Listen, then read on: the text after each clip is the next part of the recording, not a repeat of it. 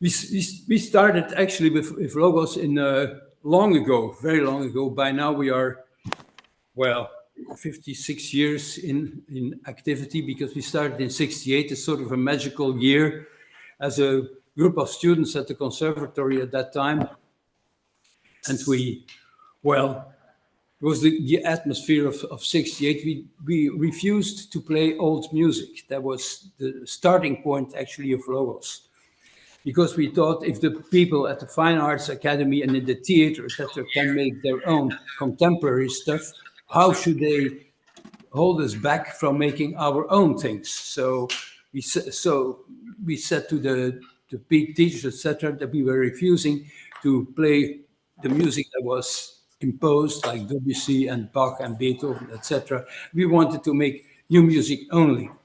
Of course, the problem was, where do you get new music? So, well, I was pretty courageous at that time, and I immediately took contact with other people internationally to see what they were doing, etc. That's how I got to know in '69 already CholoniewskiPokój in England. I heard about and been there also, the Scratch Orchestra in England. Then in America there was a group that was very influential, I think. There's the Sonic Arts Union. And they were called Musica Elettronica Viva. That was actually the scene. So we were very much into that perspective, etc. Okay, so we started playing some of their pieces. Some got published, and we had a lot of correspondence. There was no mail at that time. Actually, it was snail mail. It was paper. We had to send scores over and back, etc. And we had to work from photocopying. The photocopier was actually still very expensive, but a novelty at that time. Before that, we had to manually transcribe scores and do it that way. Now, okay. We did many of these things, and then at a certain point we started realizing, well, if we are even more radical with our ideas, we shouldn't play music that's presented by all these other people, etc. But shouldn't we be at the focus of music creation? So make everything ourselves. So I wrote a piece then for the group. The group was five or six people at that time. And that piece, that became actually the basis of Logos, because it made a big scandal at the conservatory. What it was is that I had the 5 musicians, and all the musicians had to play in a different tempo, a different metronome number. Now, to realize that, you could have a conductor, of course, but a conductor has only 2 arms and not 5. So how could you really get this piece together? So I decided, what in hindsight later on appears to be the very first robots that I built. I built an automated metronome, an automated conductor, actually. It was a machine, actually a big machine, because it used still vacuum tubes and telephone company, relays, etc., where you could program flashlights that were on stage so that all the musicians got to play in their own tempo. So, okay, I made that machine because I had some experience in electronics. That's maybe interesting for people to know, but I've been playing around with the trash cans of the university because I lived just across university. And I got lots of electronic components from their trash, and some components were given to me as a child. So I played around with electronics, and early enough, I had some base in electronic soldering circuits, designing circuits, etc., etc. That has been of great help for what appears to have been my later career, not only in electronics, but also in robotics later on. Now, as a child already, I got in contact with the police because at age 11, I made a broadcasting station on the FM radio band. Of course, they caught me, and the police came, etc., confiscated all the equipment. But then they saw I was such a small boy, and they couldn't really take me under arrest. So they gave a warning to my mother, hey, watch out for your boy, what he is doing. You can't do that. So that was the story.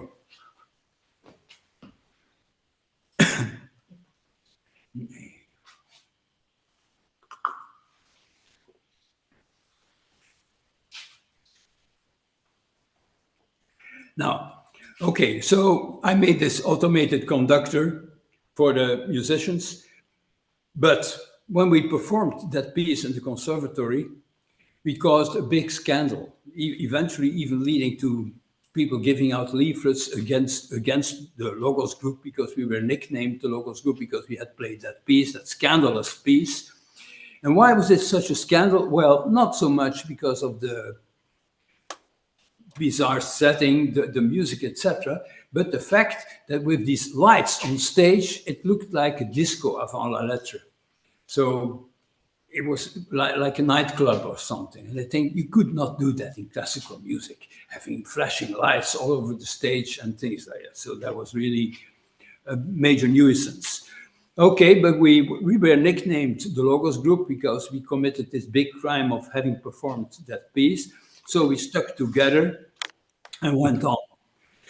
Okay, after a year or 2 years, etc., of activity and playing other new people by pieces by other people, etc., we started realizing that there was something fundamentally unsound in our approach. Because at the conservatory and with the Logos group at that time, we were playing very traditional instruments, actually instruments that date back from the 17th up to the 19th century. An oboe, a flute, a piano, an organ, a cello. Well, and somewhere it felt strange. It felt particularly strange because how was it possible that artists, musical artists, contemporary artists, would choose as tools for musical expression only tools that are at least 200 years old? It felt sort of uncomfortable and not plausible. How could you make new music with only using tools that are at least 200 years old? So was some kind of, it felt strange. Not that we had anything against these instruments, but the only thing was that taking into account the weird sounds we were trying to produce on these instruments, there was something in the aesthetic going against those ancient tools. So as a consequence, I went back on my knowledge of electronics and, of course, what was the promises in those times? I'm speaking early 70s now. Electronics, of course, that was the future, that was promising everything for musicians, because with electronics you could make just about any sounds. There were no limits, no material limits, no physical reality, no objects to treat. You could just solder the things together and make synthesis, etc. And you can. So I started making synthesizers. Well, they were not synthesizers at first. They were oscillators, voltage control oscillators in benches, filter banks, a machine to make rhythms, and actually what you now would call envelope shapers with VCAs on inputs. And we started working with those electronic instruments. Of course, at that time, it would have been theoretically possible to just buy those things, but they were terribly prohibitively expensive at those times. And our NAFP or an EMS synthesizer was really out of the scope, because we worked up to 1985, by the way. We were completely without subsidy. So that was impossible to get these things. The only solution left was for me to make them, to solder them myself, to make my own designs for electronics. But for the concerts that we did, we were confronted with quite a few fundamental problems. And the problems had to do with the way you relate with electronics to your audience. See, we were there with a bunch of musicians all around tables, with all this equipment, with wires, all over, patch cords, etc., knobs everywhere, etc. And we were much admired by the public, not so much for the music, we felt, that we made, but certainly for our technical skills, that we could find our way in so much complicated machines with so many knobs to turn, etc. But that's, of course, not really an advantage for a musician to be admired only for your mastership of mastering all these knobs and all these buttons. That's a pure technical thing. We wanted to convey the music. And then we started thinking, well, maybe there is something fundamentally, many things actually fundamentally wrong with electronics. First of all, we soon discovered in electronics that this whole promise that with electronics you could make just about any sound is kind of a lie. Because the underlying technology of electronics lacks fundamental insight in how sound works, acoustical sound works.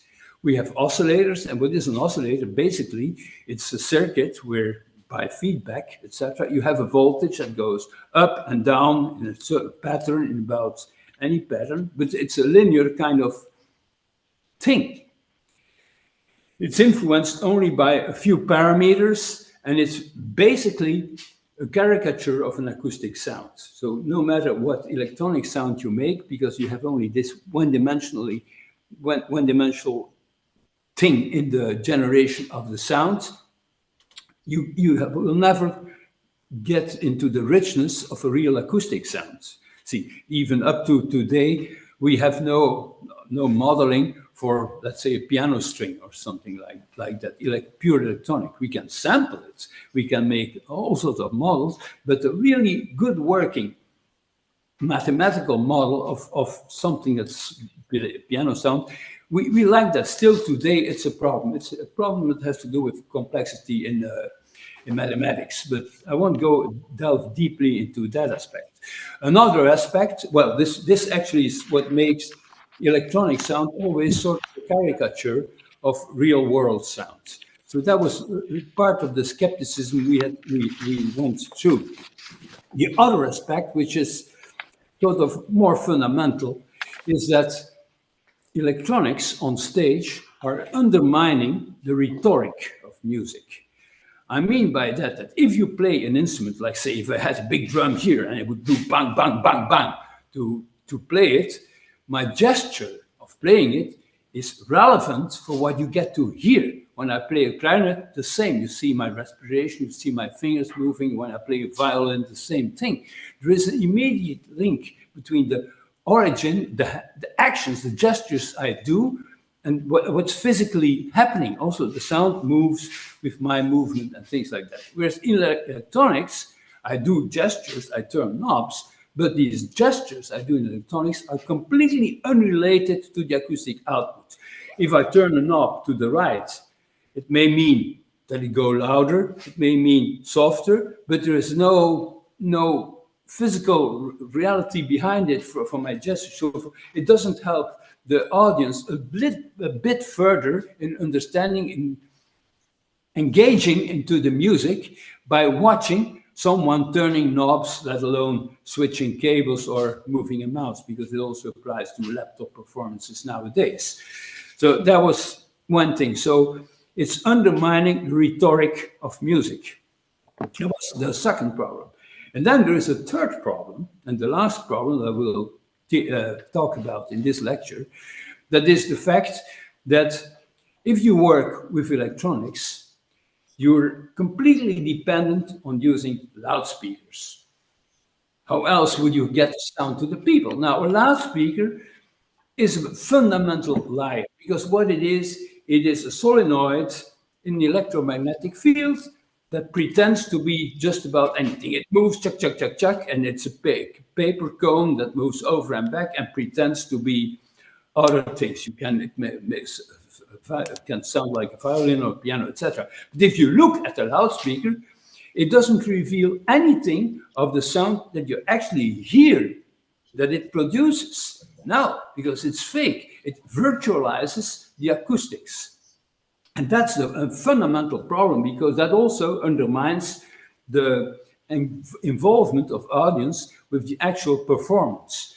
It doesn't undermine really the involvement with the music itself, but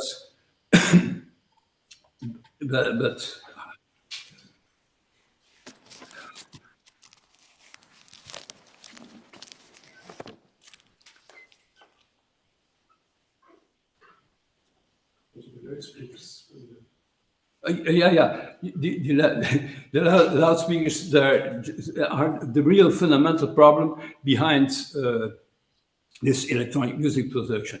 So after we took our lesson from all this, and we decided to put the whole equipment that we had in the studio, because we are absolutely not against electronic sound. Actually, electronic sound is an enrichment of what we had so far in acoustical instruments. But we confined all the electronics in the studio to use it for radio music, for recordings, etc. At that time, by the way, we were very much against putting out recordings of whatever acoustic music that we made, because we think they put and to make our music commercial and things like that. We were politically pretty radical. But so we put the equipment there, and then we tried to explore other ways of conveying musical messages to audiences. And that's where the whole period came into our work, where we got involved into audio art, performances, happenings, street performances, parades, and all completely alternative ways of approaching the issue of how to get new music or new music concepts to the people. And so one of the projects we did, and many of these projects actually we have done also in Poland over the years of our existence. But one of the nice things they can talk to you about, tell you a few words, is the Singing Bicycle Symphony, where we have at least 12 up to 24 or more bicycles, cyclists, and the bicycles are prepared. We use the dynamo, that's an AC generator, coupled to a loudspeaker, and the PVC tube that's tuned to exact frequency. And each bicycle is tuned to a different frequency. Now, the score is extremely simple. All the bicycles drive through town in a row, the ones behind the other, etc. The one who is on the back has to go faster and come in front of the row, in front of everybody else. So what you hear is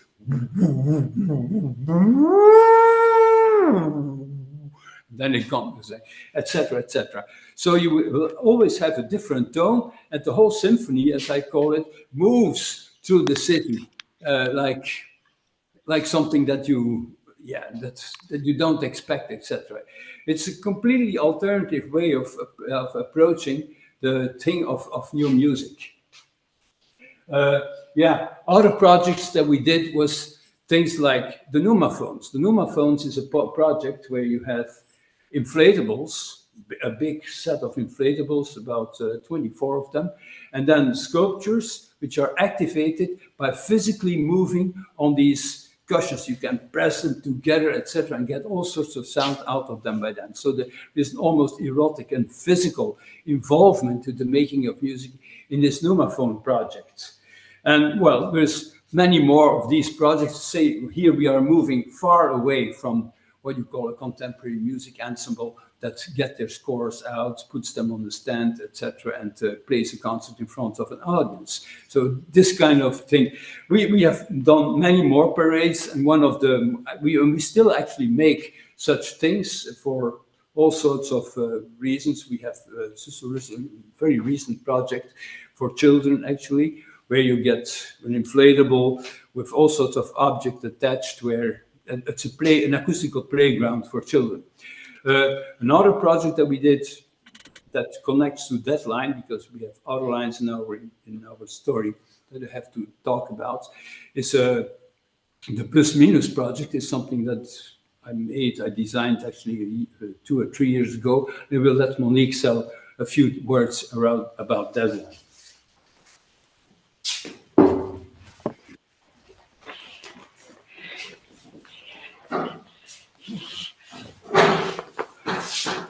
I am a bit nervous, because I am from the witch family.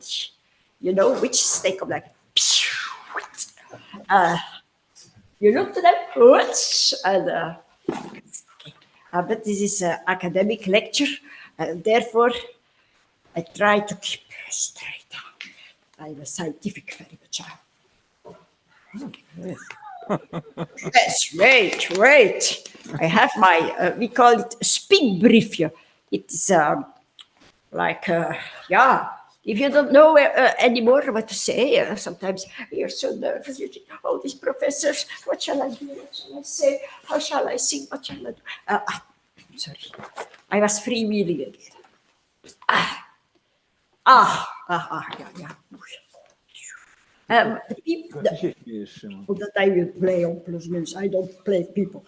Rainbow Warrior. For plus minus. Yeah. That's the title of my, I was thinking, composition, or perhaps piece, or, and then come the question, the title of our lecture. So I thought, that's it. What is plus minus doing in between all these robots? Is it a serious robot? So I asked it to Gottfried because the Witch family doesn't know that they come and go again.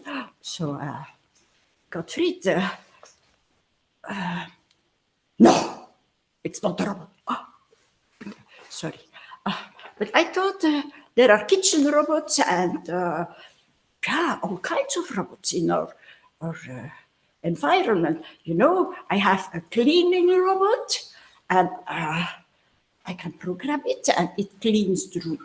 They do as if it's programmed, but in fact, what does a cleaning robot do? Sorry, very. Okay, what was the next time? Yeah, that's very important. Each time again, during the whole history, Gottfried makes something, and I come in, and I go, whoa, playground. So the last playground of what he built, not my playground, that's another story.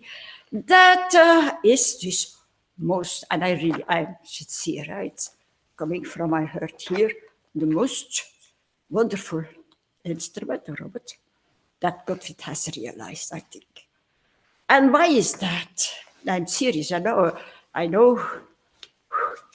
think, oh my God, because sometimes in the time, the witches, they have different colors.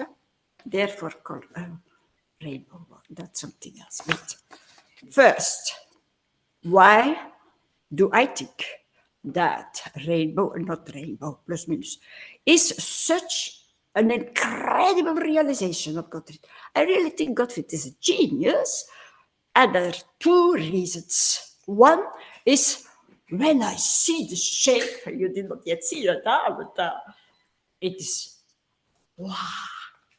Why for me is it wow? I like connecting people throughout the history, and I have been organizing lots of Logos Duo and other concerts, house games, and my friends, and I try to go as broad over the world. Witches are like that. They look small, but watch out if you don't look well. Sorry. I was the shape. I saw the shape and I thought, oh! And that's a Buddhist stupa. Shall I first explain the stupa? Anyway, yes, I should explain the stupa. Stupa is a very shortly said Buddhist monument. You find it in very different countries, and it has a shape like that, like a mother breast. But in the middle of the stupa, you cannot go in the stupa, is from the sky. No, we should start by the bottom. A pole. If there's not a pole, it's a fake stupa. Like in Brussels, there is a so-called pagode. Not stupid, huh? Okay, that's why I love that shape. It gives me a rest. Any form. And that I have to say, the most wonderful stupa for me is the oldest in Indonesia. If you go to Borobudur, my goodness. But it takes too long. I don't have so many time. you should go there or take a book and look Borobudur. Okay. Wait, I first have to overexcited, huh? It's very scary because, yeah, the witches sometimes. And here you are back. Oh, I should explain why the sound is so good. Please, if I am speaking too low, give me a sign because I go to my stupa, Gottfried's plus. And no, there is something I have to say for plus minus. No, is that fair? No. I first explain what I feel. No, I shouldn't explain the sound. You will hear the sound. But to me, it's incredible sound.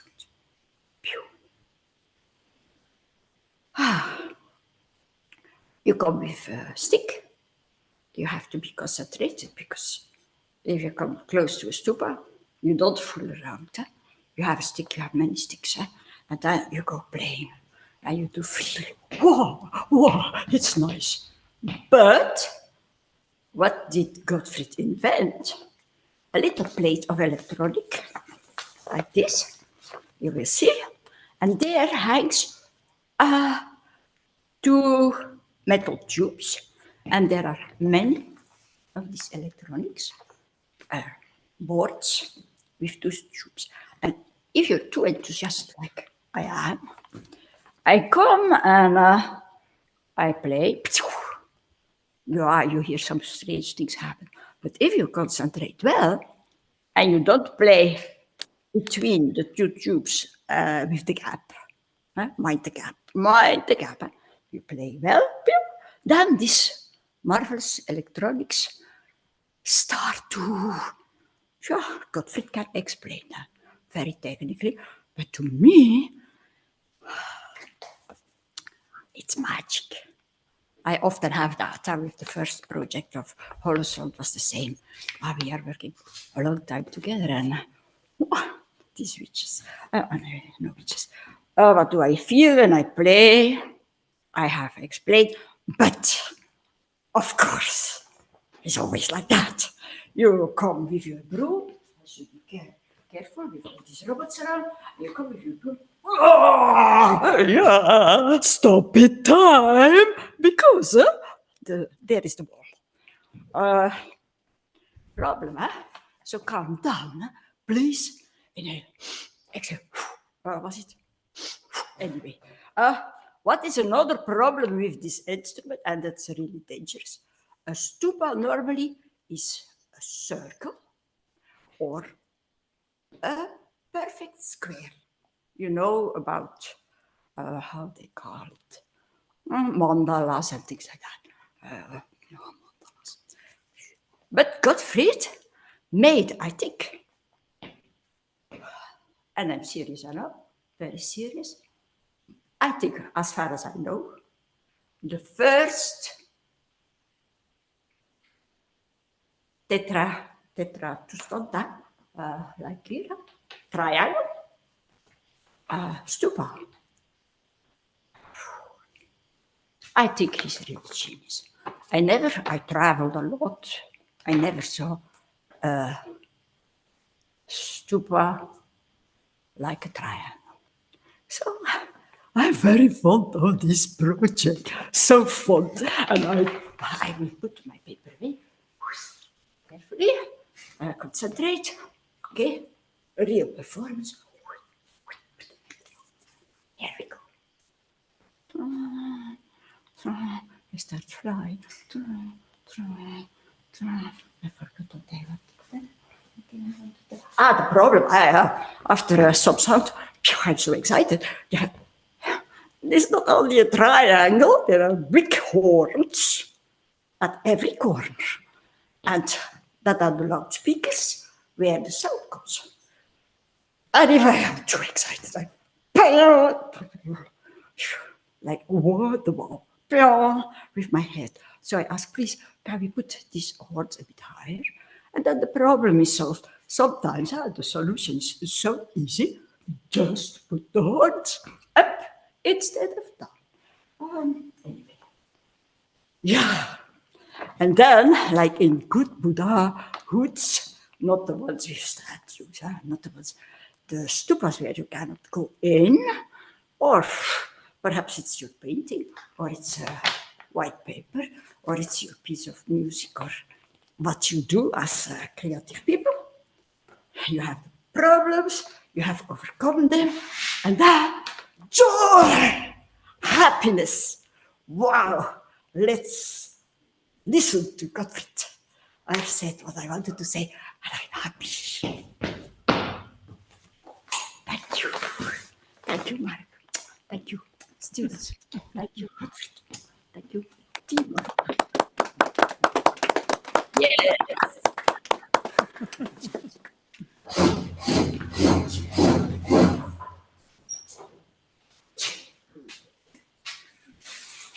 There we are back for the rest of my story, actually the more serious part.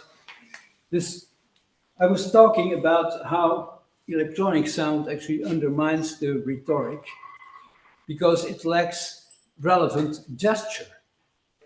So one of my fundamental research things since the 80s has been into how can we get gesture back into relevant gesture back into music performances. And one of the things I developed was the holosound installation, where Monique briefly touched about, which is from early 80s. Actually, it's a performance where you use ultrasonics to make a radar image, a sort of a movement hologram of gesture. We use this, so ultrasonic signals that are reflected from the skin, from the body, and then you measure the Doppler shift that's caused by moving through the ultrasonic field. If you do that in 3 dimensions, you can get an analog picture of a movement hologram. Actually, these first analog versions, we're performing all over the world with them in the holosound performances, are the basis of what later on became the digital versions. But the first ones were either performances, also installation pieces, etc. Very magical things because you had no wires. It's completely wireless. You move in space and you make sounds like. No, I'm faking it. I could do it with the real stuff here, but it's not set up for doing that in this lecture. Actually, the older people maybe in Krakow remember because we have done that piece in Krakow, I think somewhere in the early 90s, I think. Okay, I don't remember exactly. But that was one thing.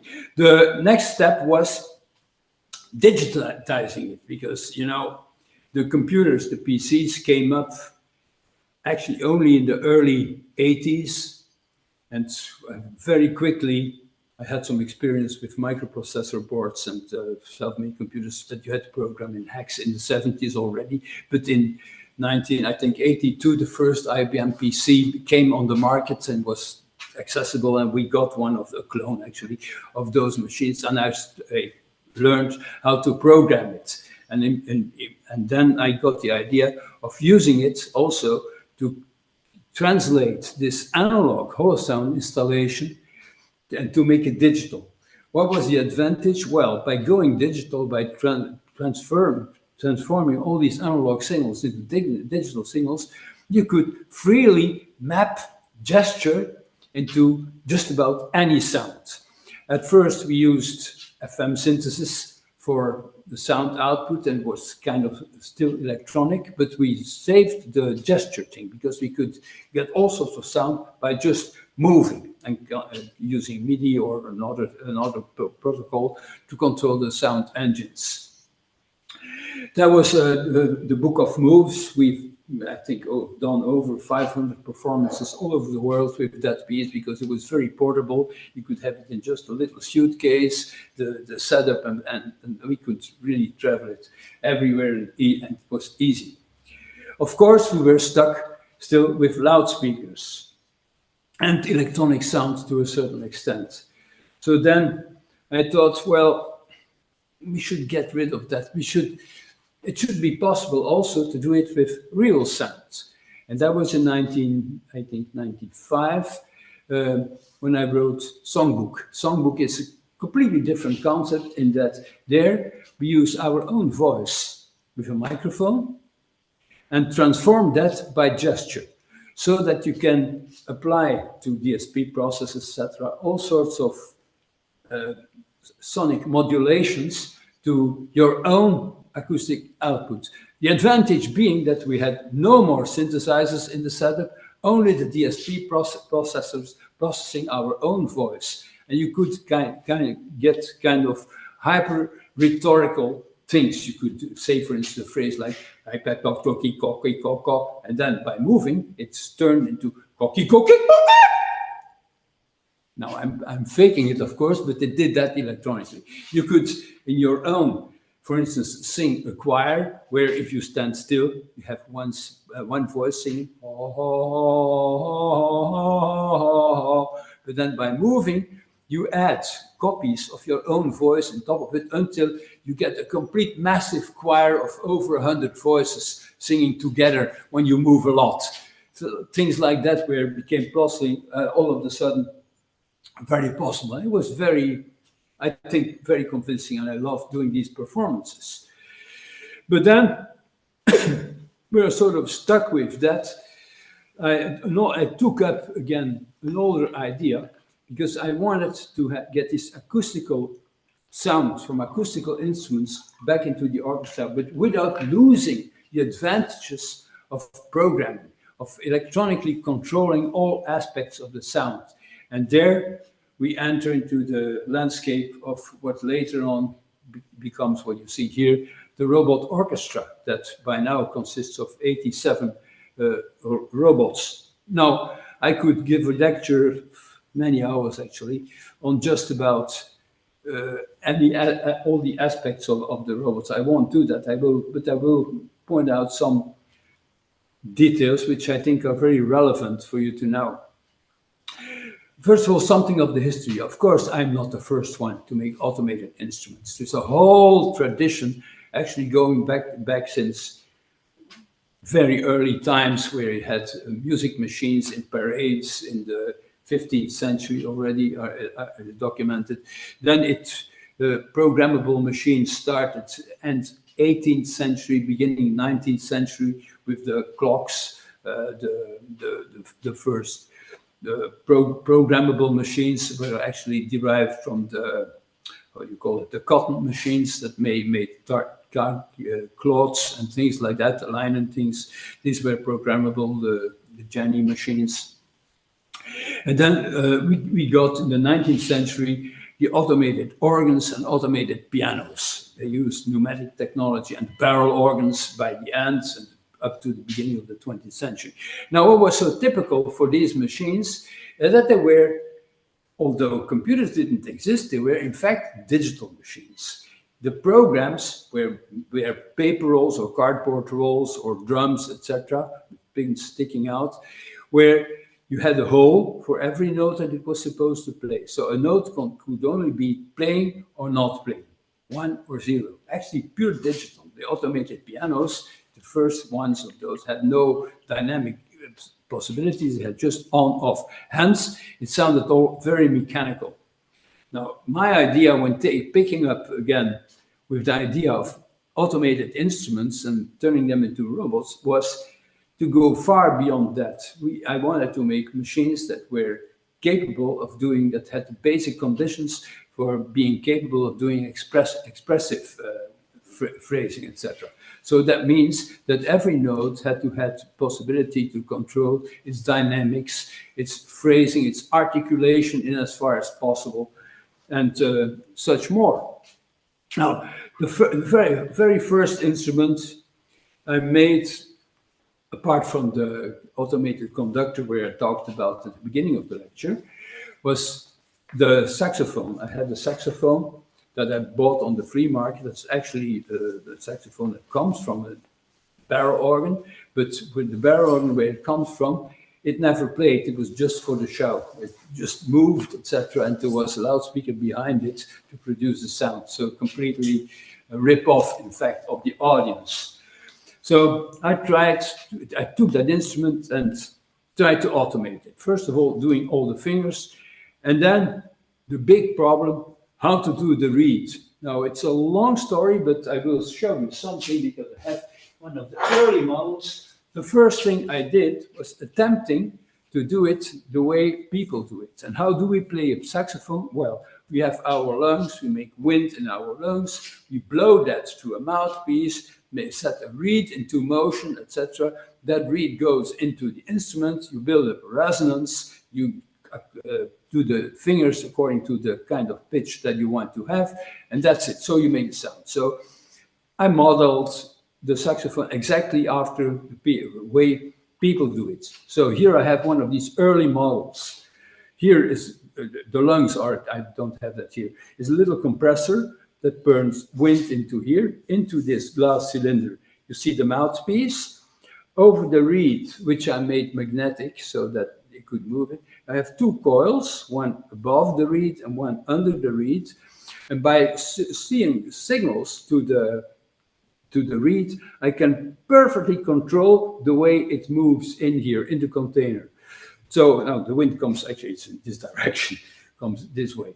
Now, here underneath, in this pot, is the articulation. There is a conical valve that can move gradually up and down, so to control very fast the air pressure applied to the reed. And here comes the saxophone. Okay, this thing has been working for, well, quite some time, but it had all sorts of problems. First of all, it was by far not capable of doing what people can do on a saxophone. And also, and that was worse, it made lots of mistakes. Every time you asked it to overblow to a certain pitch, you never were quite sure what would come out. Would it be the fifth, another octave, or just a weird noise? Actually, it misses a lot of things, no matter how much I worked, because I spent really a lot of research time on making this one. I never got it to work well, at least not well enough as compared to human players. Then I did the same kind of research on the sousaphone. You see behind me there, because that's the big instrument that had also originally lungs and then silicon lips that do if you put air through it, and the same problems I had with the sousaphone. So then I started doing research and came to the conclusion that finally we talk about wind instruments because we use wind to blow them. But do we need to blow? Then I asked around and did some experiments also. No, you don't. You can play a trumpet also by sucking, like this. It makes also a sound. It's not more silent. It just gives you a dirty taste in your mouth because you get all the saliva from previous players into your mouth, and that's not such a nice idea. But acoustically, it doesn't matter. So a suck instrument just works just as well as a wind instrument, a blowing instrument. But then I had the idea, if that is true, if that applies, why don't I let the air just go over and back and build resonance in the instruments? And that has been the basis of all the monophonic wind instruments that you see in the orchestra. You see, now I'm using a membrane compressor that compresses air in a 1:50 ratio, and then it's followed by a capillary. So the compression ratio is very high, then it goes in a capillary of about 2 millimeters, and then the shape is very important. You have a shape where a sort of exponential curve wherewith it is coupled to the actual instrument, be it a trumpet or a saxophone, an oboe, or it doesn't matter. The shape is different according to the kind of sound you want to have, and that's a lot of research, but fundamentally it's the same thing. It's always what we call an acoustic impedance transformer to just cause this instrument to resonate. What's the advantage? Well, the advantage that now you cannot expect the instruments to do any more mistakes because everything is determined by the electric signals you send to the membrane compressor, and you have full control on that one. Also, you are not limited by lung capacity. So, well, although as a wind player, I'm a former clarinet player, you can do circular breathing. But with these instruments, you don't need that special technique to do that. You can have sounds as long as you want, as loud as you want, etc. So you are not limited by the capacity of lungs anymore. So that's a big advantage, and you go much further than what humans can do in that respect. The other thing which is implemented on all the wind instruments is microtonality. Because one of the limitations classical players have is that, of course, the fingerings and all the valves on an instrument are made to play the diatonic scale, the chromatic scale, etc. If you want to play quarter tone music, it's getting tricky. You have to do all sorts of compromises, do it with your mouth position, getting cross fingerings and things like that. It gets really very complicated for performers to really play well quarter tone music. It's not for no reason that Alois Haber, at the beginning of the 20th century, had instrument builders make special quarter tone clarinets, bass clarinets, and instruments like that. But, of course, what's the problem with making special instruments for other tuning systems is that you don't find players that spend enough energy into studying them. And why don't you find players wanting to study them? Well, simply because there is no music for it. It is not worth spending years and years to study an instrument. It also applies for piano. Wisniewski had made pianos with quarter tones, with split keys everywhere.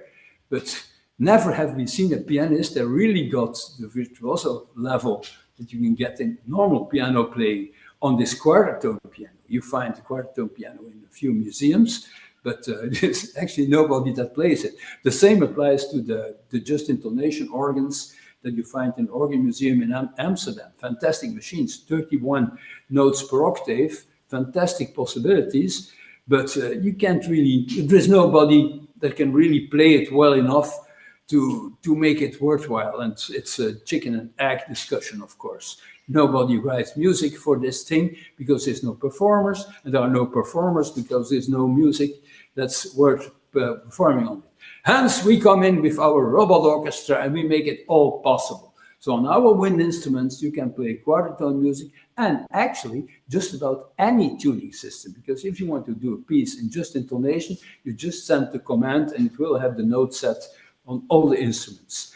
The reason why that works is because the resonance curve of a clarinet or an oboe, etc., is actually not specific to the chromatic scale. You can bend any pitch a little bit above or below the note. And so it is possible to play in other tuning systems, which would, for man, not be possible. For an automat, it's a piece of cake. Okay, that's why the wind instruments actually surpass the possibilities of humans. For other instruments, it's actually even more trivial. Like for the piano, I've made forsetters. I've shown the forsetters, I think, a couple of years ago in Krakow, because we did a concert with the player piano. And if I remember well, also with the dripping machine, a machine where you have rain drips that are computer controlled and fall on the floor. I remember that performance in Krakow pretty well. So, okay, but on the piano, it is clear that you can go much further than what humans can do on the same piano. First of all, it's trivial, but it has 88 fingers. So we have only 10. So of course it beats us easily on that aspect. But not only that, because it has 88 separate solenoids, that each of them is pulse width controlled, so you can have 16-bit resolution on dynamic for every note apart. Now, no matter how much you practice and study the piano, humans, will never be capable of controlling every finger with that same of nuance, possibility, and dynamics. So, for instance, it's impossible to play a chord with this one fortissimo, this one piano, this one mezzo piano, this one forte, etc., and that at a reasonable pace. We will never do it because we don't have the muscles actually in our hands to do that kind of thing. So practice doesn't help us any further. We can make nuances globally, but not finger by finger. So in this machine, it is completely solved. It has complete polyphony, and it has 16-bit resolution on the dynamics. So it beats, in theory, it beats every pianist. In theory, I say, I come to that problem. Also, the pedal is also automated, so we have weights just to keep it down, like just a human body also has a certain weight, otherwise it would lift up itself. But also the pedal can be very precisely controlled. What we cannot do on the piano is use the left pedal, because that moves all the keyboard, the whole keyboard a little bit, the una corda pedal. And that's impossible because the weight of the machine, the forceps, is about 50 kilos, would have to move together with the keys also. And that's mechanically a problem for the safety of the piano, in fact. It could be possible to make it, but then you need to design another piano, which is not really my cup of tea. Okay, of course, the piano chapter, that's easy. Then you have in this orchestra a lot of organ kind of instruments, like the QT, the wooden pipes. You have labium pipes, like the chrome horn, etc. One organ that asks special attention is the QT organ, because it's very specific. It's a 6-octave organ in quarter tones, so it has twice as many pipes as a normal organ, and you can play all kinds of quarter tone music on it, and I think it is unique in the world. There's no other place that has quarter tone organs in equal temperament, 24 notes an octave. That's not the only quarter tone organ, but it is the most fundamental one. There is another experiment that I did years before. That's the puff instrument, where you have a series of brass pipes, and every pipe has an individual bellow to blow a puff of air through the pipe. So it's actually an organ that's not really an organ, because what you cannot do is have a sustained sound, because the bellow on every pipe goes once, poof, and that's it, and then it has to fall back. The only thing you can come close to a sustained sound is by doing a flugelzone, by doing brrrr, and that can go very fast, and then you will have sort of sustained pitch on that note. But those are the two quarter tone organs. All the other organs, and the quarter tone organs as well, have possibilities that you will not see in traditional organs in churches, for instance. They have all controllers to control wind pressure very, very precisely. Now, what happens if you change the wind pressure on a traditional organ, also here, by the way, is if you change the pressure, then the pitch changes also a bit. So if you go very much below the normal pressure, you will hear the pitch going down, and eventually, even if you give it minimal wind, you get all sorts of whistle tones, and you enter a very magical kind of sonic world. It's kind of unpredictable, but very nice, actually. It has a lot of creative compositional potential also. So that's for the organs. Then there is in the orchestra a lot of percussion instruments, some traditional ones like a drum machine. There is bells, there's a carry-on, there is the most fantastic, and it's one of the most funny ones, the cowbell machine. Actually, I have made 2 cowbell machines. There's one which has about 70 bells, and another one with 60 bells. So it's La Vaca, the cow, and it's calb, that's Vitello. And together they make for 160, I don't know, cowbells. So that's pretty unique also. I don't think there is any percussionist or any orchestra having more cowbells than the Logos Robot Orchestra. By the way, it's a very funny machine. Okay, but still, the cowbell is a traditional instrument. You find it in the orchestra. And then there is some instruments that are less conventional and that are actually made on request of users. You know, it's important to say that the purpose of the robot orchestra is not my composition, but it's actually giving it to the people that want to work with it, so that other people can write pieces for it. So at one occasion, we got a couple of people here that wanted to make sort of tech art music. techno music on the orchestra. Now, say, okay, on this orchestra, it's actually, my background is pure classical music, so I don't know, but this sonic world, etc. Then we discovered that they needed kind of, in this typically electronic, kind of inverse cymbal sound, where it goes up. That's sort of typical in techno music, these accents. And I think, okay, how can we do that in the orchestra? I don't really have a machine. So I thought, okay, let's invent something. Let's do some experiments. And then I came up with the machine that's hanging up there, that the machine is called without vowels. And it's all little shims of stainless steel, 100 millimeter thick for the thinnest, up to 0.5 millimeter for the thickest. And there is electromagnets that shake them very fast. And they can really make this kind of techno sound. Under computer control. So that's a completely non-traditional instrument. And you have quite a few. Then you have another, you have, of course, the big springs that you hear in many recordings of the orchestra, where there are springs that are between 3 and actually 24 meters long. You have special stands for them, and they have electromagnets that give them, that shake them, and they make sort of a thunder kind of sound. And then we have a machine there, that's Thunderwood. That's a machine that's made to produce nature sounds. So it has lightning, it has rain, it has thunder sheets, it has storm winds, it has hail, it has even a little bird and woodpeckers inside. So all sorts of things that actually sonically referring to nature sounds. Then there is another bit funny machine which hasn't been used too much because it's pretty recent. That's the automated kazoo. Now, you think it's the most ridiculous instrument you can think of automating, because this little kazoo sounds nasal, sounds really very ugly. But I turned it finally into a pretty successful automate using an exponential horn taken from an old gramophone, and then with a mechanism to articulate. So we can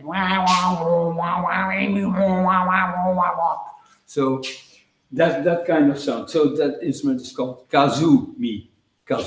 All the instruments, by the way, have a name, and every instrument has a page of its own, many pages actually, on the Logos website, where you find all the documentation. You can download all the code, even from the microprocessors that control them.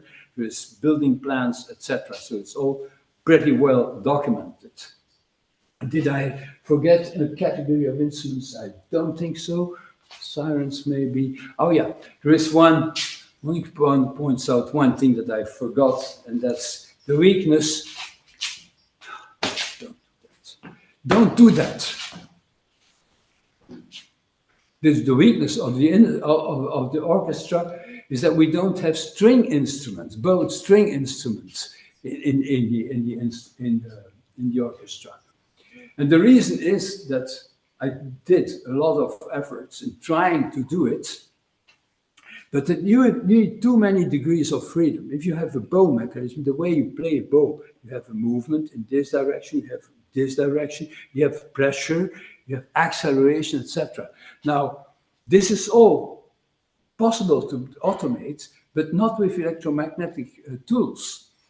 It is possible with pneumatic tools, but pneumatic tools, although very flexible, etc., have one big problem that makes them unfit for use in music, is the exhaust. Every time you do a movement, you have to let the air escape somewhere, so it does all the time. Then also another aspect is that even though pneumatics can be made pretty small, it's still quite big. I've seen realizations of robots that mimic the human hands, but these machines are at least something like this in size.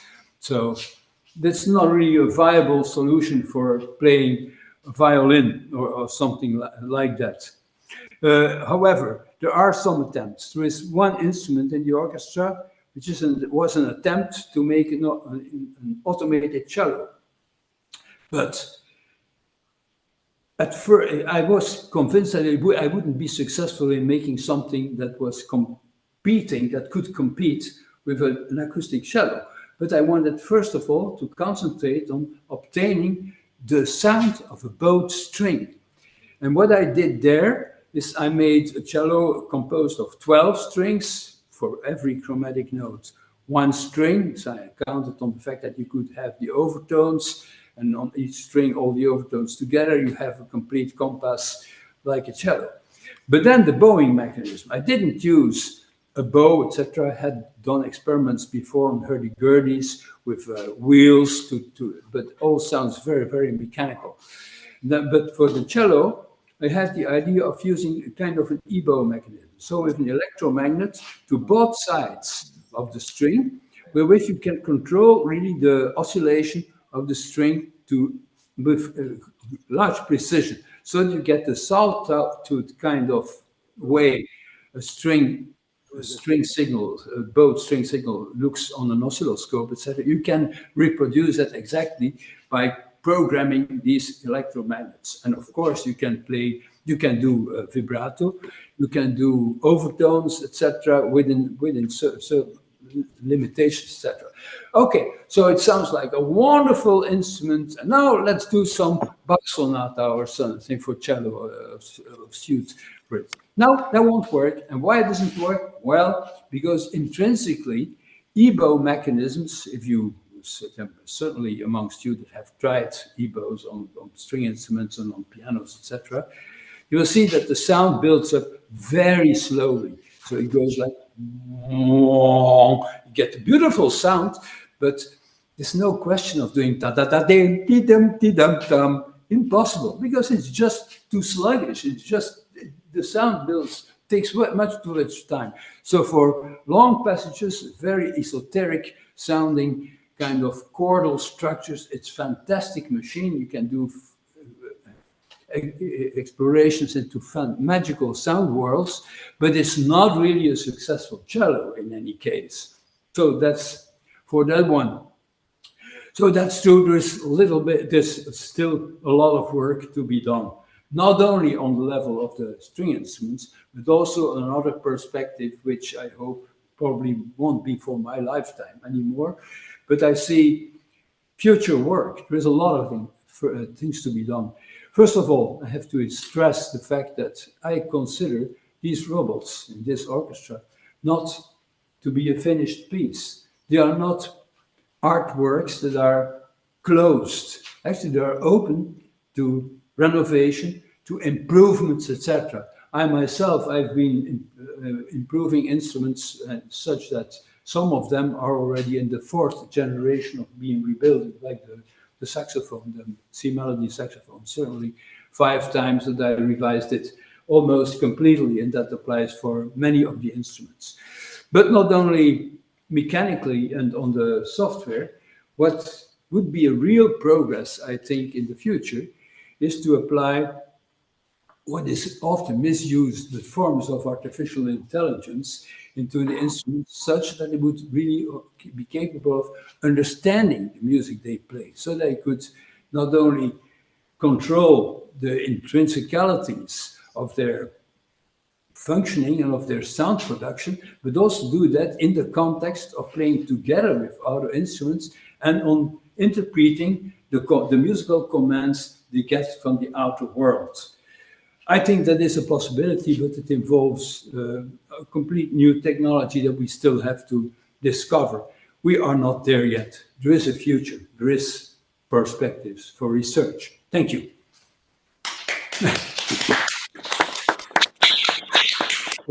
Questions?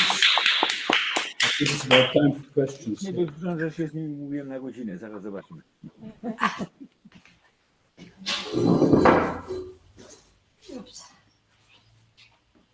Albo nie.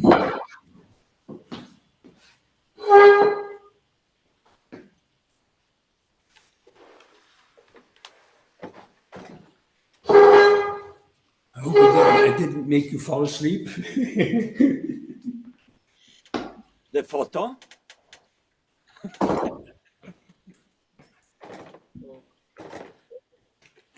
Is it the question time?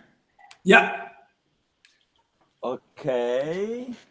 I'm turning my chair around clockwise.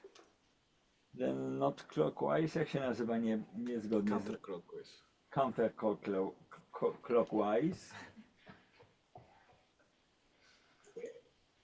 So, is it possible to turn your camera to the other part of your space? To ask. Okej. No teraz macie Państwo przegląd. No więc właśnie o to chodziło. Tak samo troszeczkę mi brakowało, jak on mówił o tym, to brakowało mi demonstracji tych instrumentów. Ale to już nie będę tego tłumaczył.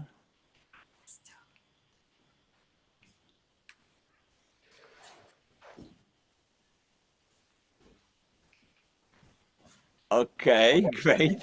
I remember the place. I remember the place. Okay, on the right side.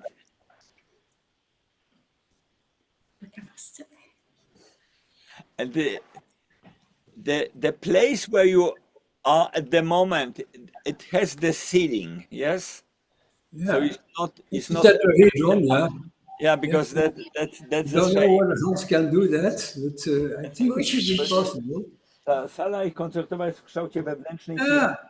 A, faktycznie. o podstawie, o macie tutaj, dobrze. Okej. Yeah, I didn't tell much about that. Balkony na But górze. Idzie na balkony na górze. A scena jest... Well, that's amazing. It's, yeah, I remember. yeah, that's the reason why we built it as a tetrahedron is for acoustical reasons. Actually, for many, many years, we've been hosting concerts here with groups from all over the world. We had at least weekly concerts, etc. But unfortunately, 5 years ago, they canceled all our subsidies, so we had to stop this kind of activity.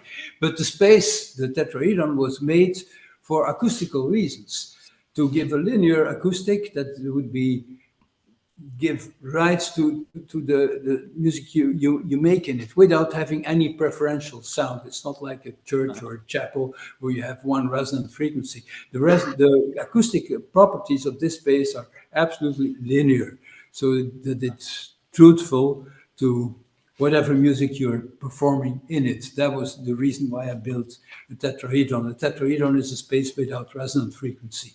It's the only one. So it's the same when we go up there on the balcony and on the ground level. Yeah. Yep. It's all triangles, it's equilateral triangles. It's like a pyramid, but it's not a pyramid, but pyramid on a three base. That's a tetrahedron by definition. Yeah. Yes, it is much warmer there because of the spotlight. All the heat goes up and it's better here down. It is true. What is the temperature now in Ghent? It's getting colder. Outside of inside. Oh, it's pretty normal here. There's never anything extreme. It's extremely rare that strange things happen. It's not like Krakow is a lot colder, I think. I don't know right now. It is cold, yes. It's cold and wet now today. Wet is also, here in Ghent, it rains only twice. But it takes for 6 months every time. But okay, that's an exaggeration. But temperature is very moderate. I think it's 11 or 12 degrees something. Okay, so we got the first part of your performance, of your presentation during the and you had the first speech on the audio conference. So the second part is today at 8 o'clock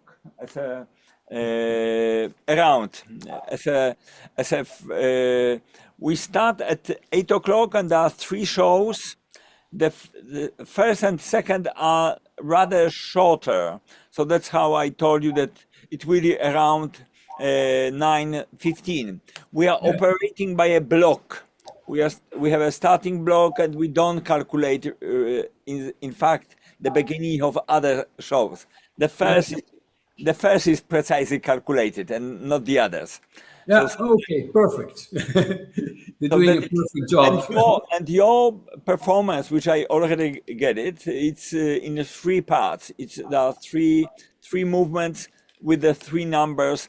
Perhaps I will make also short breaks in between. Yeah, So- okay, that's fine. Yeah. What is there, Marek? May I say the Yeah. part Yeah, of my piece? No, It's the second part for them. Not yet. Can I go? Sorry. I just wanted to tell you that the Rainbow Warriors for Gottfried Plus Minus has 3 parts. One is prayer. Uh-huh. You will hear why. Each has its or her own prayer. 2 is the fight.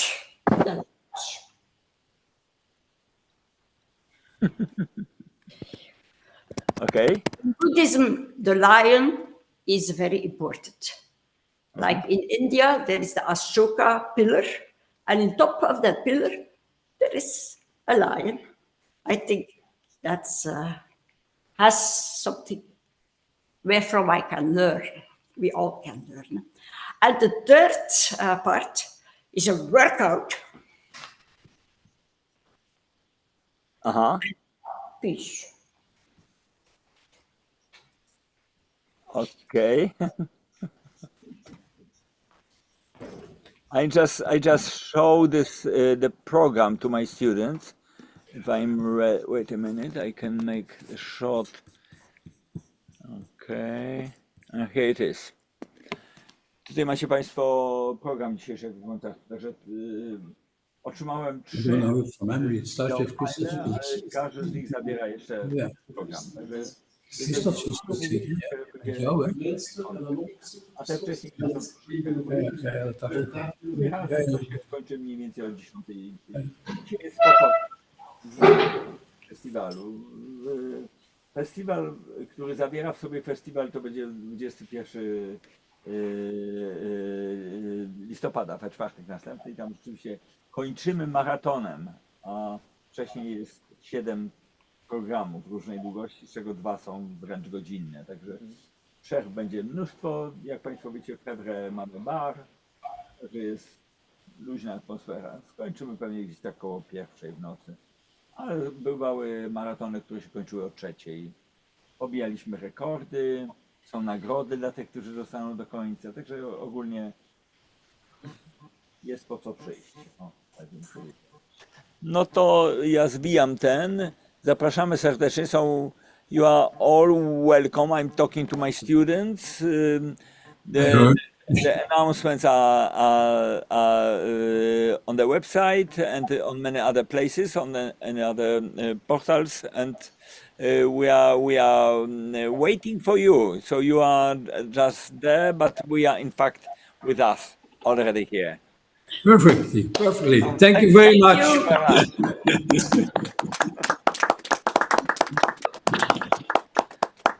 Thanks a lot. See you at evening. Yeah, see you. Bye-bye. Bye bye. This is hot. I have to stop the webcast.